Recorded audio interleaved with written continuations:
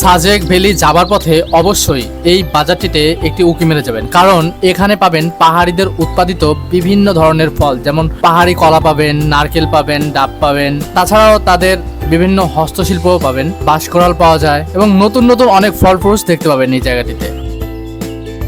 প্রাচীনকালে যখন মুদ্রার প্রচলন ছিল না, তখন পাহাড়ের মানুষেরা তাদের জমির ফসল যেমন তুলা, আদা, হলুদ ও নানা প্রকার ফল সমতলের মানুষের কাছে নিয়ে আসতো। এর বিনিময়ে তারা লবণ, শুটকি, লোহা বা প্রয়োজনীয় কাপড় সংগ্রহ করত। এই বিনিময় প্রথা থেকেই মূলত পাহাড়ি জনপদে নির্দিষ্ট কিছু স্থানে হাট বসার সূচনা হয়। ঠিক তেমনই একটি হাটে এই মুহূর্তে আমরা রয়েছি। দেখতে পাচ্ছেন এই হাটে কিন্তু প্রচুর পরিমাণে পর্যটক রয়েছে।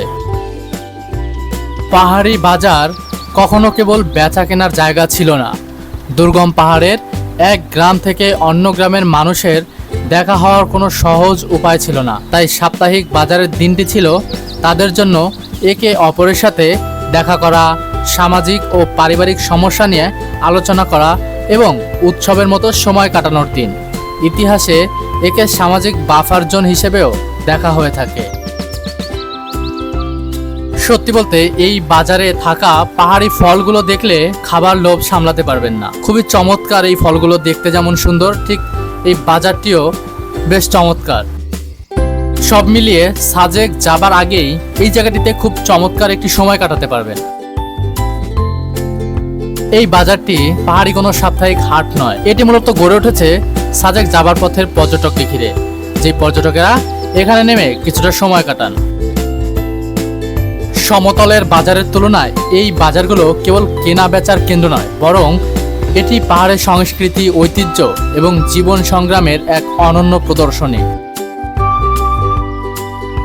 পাহাড়ি বাজারগুলো সাধারণত পাহাড়ের ঢালে বা ছোট কোনো ঝিরিপথের পাশে গড়ে ওঠে। বাজারের ঘরগুলোতে দেখা যায় পাহাড়ি ঐতিহ্যের ছোঁয়া, বাঁশের বেড়া এবং ছনের চাল দিয়ে তৈরি ছোট ছোট দোকানগুলো দূর থেকে দেখলে মনে হয় যেন কোনো নিপুণ শিল্পীর আঁকা ছবি।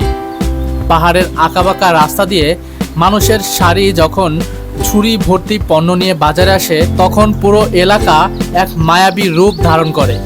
অনেক সময় দেখা যায় মাথার ওপর নীল আকাশে সাদা মেঘের ভেলা, আর নিচে কুয়াশা মারানো পাহাড়ি বাজারের ব্যস্ততা, যা এক অপার্থিব দৃশ্যের জন্ম দেয়। দেখুন বন্ধুরা, এই জায়গাটিতে কিন্তু সকল পর্যটকই বেশ সময় দিয়ে কাটাচ্ছে এই জায়গাতে, কারণ এখানে পাহাড়ি টাটকা সবজি, ফল এগুলো পাওয়া যাচ্ছে, যে কারণে আসলে ভালো একটি সময় এখানে পর্যটকেরা কাটাতে পারছে। আরও বিশেষ করে এই রোদের মধ্যে আসলে এমন টাটকা ফল খেয়ে বেশ ভালো লাগছে সকলের। এখানে অনেক গাছগাছালিও রয়েছে, যার কারণে এখানে একটি শীতল পরিবেশও পাওয়া যাচ্ছে। পাহাড়ি বাজারের প্রধান আকর্ষণ হলো জুম চাষের টাটকা এবং বিষ মুক্ত ফসল, ঝুড়ি ভর্তি পাহাড়ি কলা, আনারস, পেঁপে আর পাহাড়ি শশার সমারোহে বাজার রঙিন হয়ে থাকে। এছাড়া পাহাড়ের বিশেষ খাবার যেমন কচি বাঁশকড়াল, পাহাড়ি আদা, হলুদ এবং বিভিন্ন বুনো সবজি এখানে প্রচুর পরিমাণে পাওয়া যায়।